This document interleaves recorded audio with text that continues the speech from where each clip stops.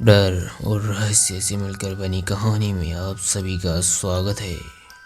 यह कहानी एक भयानक जंगल की है जो मैंने उनके घर वालों से सुनी है, जिसके साथ यह घटना घटित हुई थी। माधवपुर से लेकर श्योपुर तक फैले इस जंगल में न जाने कितने भयानक जानवर और भूत आत्माएं रहती हैं। इस बारे में श्योपुर रक्षाबंधन पर मेरी दीदी का यहाँ पर आना हुआ था। वहाँ के लोग उस जंगल के बारे में बताते रहते हैं कि इस जंगल में आत्माएं भूत प्रेत रहते हैं। तो मुझे तो वैसे भी भूत प्रेतों पर विश्वास है, शायद आप लोगों को भी हो।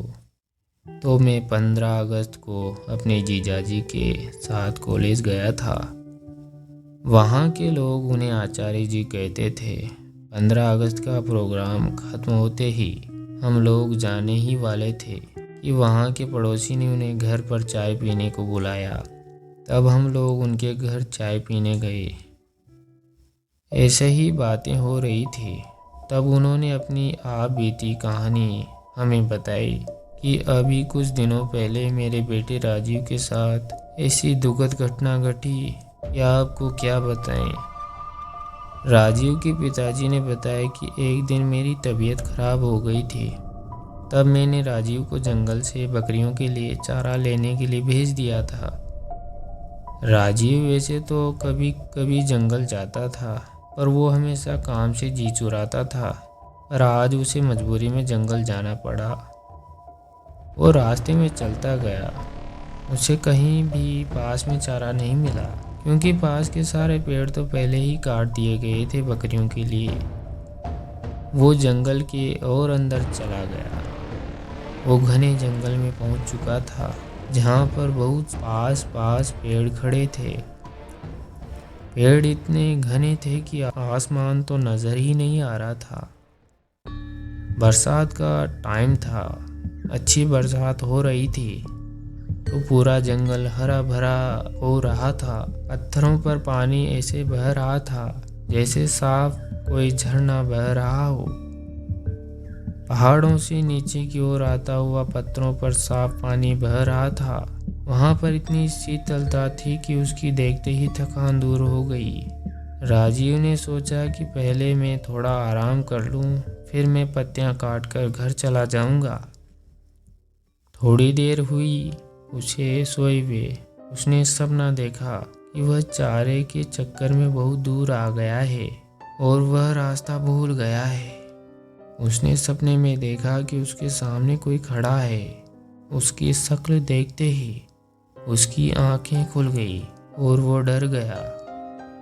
अब उसे ज्यादा डर लगने लगा। अब चारा तो काट रहा था, पर वह सपने की बात याद करके बहुत घबराया हुआ था। उधर सूरज भी ढलने वाला था। उसके हाथ दूर दूर तक किसी की भी आवाज़ सुनाई नहीं दे रही थी। वह जल्दी जल्दी पत्तियां काट ही रहा था कि उसे आपस में बातें करते हुए एक आवाज़ सुनाई दी। उसने सोचा कोई आदमी होगा तो मैं उसके साथ घर चला जाऊंगा।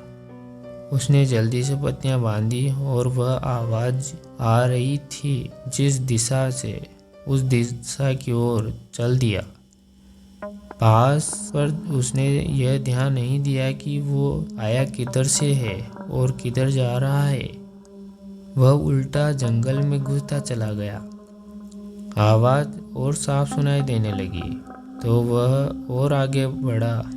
उसने देखा कि 2 लोग आपस में बातें कर रहे हैं और उनकी पीठ दिखाई दे रही है। उसने उनके पास जाकर बोला, क्या तुम मुझे घर जाने का कोई छोटा रास्ता बता सकते हो? इतना उसने कहते ही वो 2 लोग उसके सामने से ऐसे फुर हुए कि वहाँ कोई था भी या नहीं।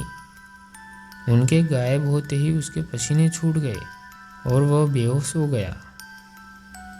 जब उसे होश आया तो वह क्या देखता है कि वो सपने वाला आदमी उसके सामने खड़ा है। बड़ी बड़ी लाल आंखें, दांत बाहर निकले हुए, ऊपर से नीचे तक इतना भयानक कि वह डर गया और पागल सा होकर भागने लगा। उसने देखा कि एक भालू उसकी ओर भागता हुआ आया और उसके ऊपर झपटा और उसे लगा कि अब नहीं बचने वाला। उसके तो होश उड़ गए। वह एकदम बैठ गया और वह भालू ऊपर से निकल के नीचे गिरते ही वह आदमी बन गया। उसके गाल पिचके हुए, हाथ टेढ़े और पैर उल्टे, यह लंबी दाढ़ी और दांत होठ कट कर बाहर निकले हुए। राजीव तो बस उसे देख रहा था, पर उसके होश ठिकाने नहीं थे। वह वहीं पर गिर पड़ा। इधर घर वालों को चिंता हो रही थी कि अंधेरा हो गया है, राजीव अभी तक क्यों नहीं आया। उसके बड़े भाई ने कहा कि अभी आता ही होगा। सब लोग जब इंतज़ार करके थक चुके थे तो तकरीबन रात 10 बज चुके थे। अब उसके भाई को लगा शायद कुछ तो गड़बड़ है। कुछ लोगों ने कहा चलो ढूंढते हैं, क्या पता इतने बड़े जंगल में कहाँ गया हो। सब लोग लाठी भाले चार्ज लेकर उसे ढूंढने निकल पड़े। उसका भाई अपाहिज था, वह एक पैर से चलता था, इसलिए उसके पिताजी ने कहा कि बेटा तू यहीं पर रह अपनी माँ और बहन के पास, हम लोग जंगल में जाते हैं, कुछ खबर होगी तो हम बताएंगे। पूरी रात जंगल में ढूंढते हुए हो गई, पर उसका कुछ पता नहीं चला। जहाँ तक वो लोग जाते थे वहाँ तक सारा जंगल छान मारा, मगर राजीव का कोई पता नहीं चला। सब लोगों ने कहा कि अभी घने जंगल में जाना ठीक नहीं है, अभी सुबह होते ही चलेंगे। अभी 4 बजे हैं, अभी 1 घंटे में सुबह हो जाएगी। सब लोगों ने वहीं बैठकर सुबह का इंतज़ार करने लगे। थोड़ी देर बाद सुबह हो गई। सब लोगों ने कहा चलो अब चलते हैं। सब लोग चल दिए, आवाज़ लगाते हुए राजीव राजीव। पर राजीव बेचारे की भूख प्यास के मारे वो हालत हो गई थी कि वह सुध बुध खो बैठा था। उसे अब यह नहीं पता कि मैं कहाँ हूँ। 2 दिन हो गए, राजीव का कहीं पता नहीं चला। अब सब लोग परेशान थे। उधर राजीव का भाई बहुत व्याकुल था, बेचारा कुछ कर तो नहीं सकता था। वह जाकर अपने सामने खड़े हुए नीम के पेड़ के नीचे गड्ढा खोदने लगा और कहने लगा मेरा भाई आएगा, मेरा भाई आएगा, वह कही जा रहा था। दोस्तों, उस नीम पर वह रोज सुबह दूध चढ़ाते थे, उसे अपने देवता का निवास मानते थे। इधर उसके भाई की पुकार सुन के उनके देवता निकल पड़े। उधर रात हो गई थी और राजीव को उन भूतों ने घेर रखा था। भाई वह खुद बता रहा था। भाई क्या बताऊं, उस रात की बातें याद करके मैं अभी भी डर जाता हूँ। वहाँ पर इतने भूत एक साथ मैंने क्या किसी ने अपने सपने में भी नहीं देखे होंगे। किसी की गर्दन अलग, कोई बिना आँख कान के, कोई ढांचा मेरे चारों तरफ तांडव कर रहे थे। मैं कभी ज़िंदगी में सोच नहीं सकता कि ऐसा भी दिन मेरे जीवन में आएगा। ऐसी तरह तरह की आवाज़ें निकाल रहे थे, सारा जंगल उनकी आवाज़ से गूंज रहा था। मुझे लग रहा था कि मैं अब बचने वाला नहीं हूँ। लगता है ये लोग मुझे मार डालेंगे। मैं तो इतना डरा हुआ था कि मैं रो रहा था कि अचानक घोड़े के पैरों की आवाज़ आई। सब लोग एकदम शांत हो गए। इन सब लोगों ने आस तोड़ दी कि अब हमें राजीव नहीं मिलेगा। सब लोग वापस आ गए। सारे घर में मातम सा छा गया। इधर किसी ने कहा कि किसी भगत को बुलाओ और पता कराओ कि वो अभी जिंदा है कि नहीं, वो लौट आएगा कि नहीं। एक आदमी वहाँ के भगत को बुलाने चला गया। उधर राजीव के देवता वहाँ पर पहुँच चुके थे, हाथ में तलवार लिए, घोड़े पर सवार। उनको देखते ही सारे भूत भागने लगे। उन्होंने एक एक को पकड़ पकड़ कर ऐसे मारा जैसे कोई हीरो फिल्म में एक योद्धा सबको काट देता है। जैसे ही उनकी तलवार उनकी गर्दन पर पड़ती, वह मिट्टी में मिल जाते। यह सब राजीव अपनी आंखों से देख रहा था। तब उस घुड़सवार ने कहा कि तुम अब चिंता मत करो, मैं आ गया हूँ। और सुबह तक कोई तुम्हें लेने आ जाएगा। अब तुम बेफिक्र होकर सो जाओ। उनके आने से मेरा सारा डर खत्म हो गया और मैं आराम से सो गया। इधर भगत जी आए और उन्होंने अपना ध्यान लगाकर देखा और कहा कि तुम्हारा लड़का सही सलामत है और कल आ जाएगा। तुम्हें चिंता करने की कोई ज़रूरत नहीं है।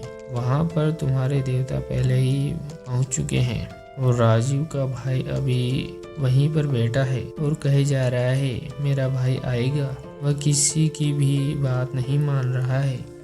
जो भी उसे वहाँ से उठाने को जाता वो उसे धकेल देता था। सुबह उसकी आंखें खुली तो वहाँ पर एक आदमी ने उसे पूछा कि तुम कहाँ से आए हो और कहाँ जाना है। मैं तुम्हें तुम्हारे घर पहुँचा देता हूँ। और वह अपनी साइकिल पर बिठाकर उसे उसके घर छोड़ दिया। घर वालों को देखकर वो ऐसा रोया कि वह बेहोश हो गया। 3 दिन का भूखा प्यासा कमज़ोर हो गया था। फिर उसे अस्पताल ले गए और वह 2-3 दिन तक वहाँ एडमिट रहा, जिसके बाद वो बिल्कुल ठीक हो गया। तो दोस्तों, आपको ये डर और रहस्य से मिलकर बनी कहानी कैसी लगी? अच्छी लगी तो लाइक शेयर सब्सक्राइब ज़रूर करें और मिलते हैं ऐसी डर भरी कहानी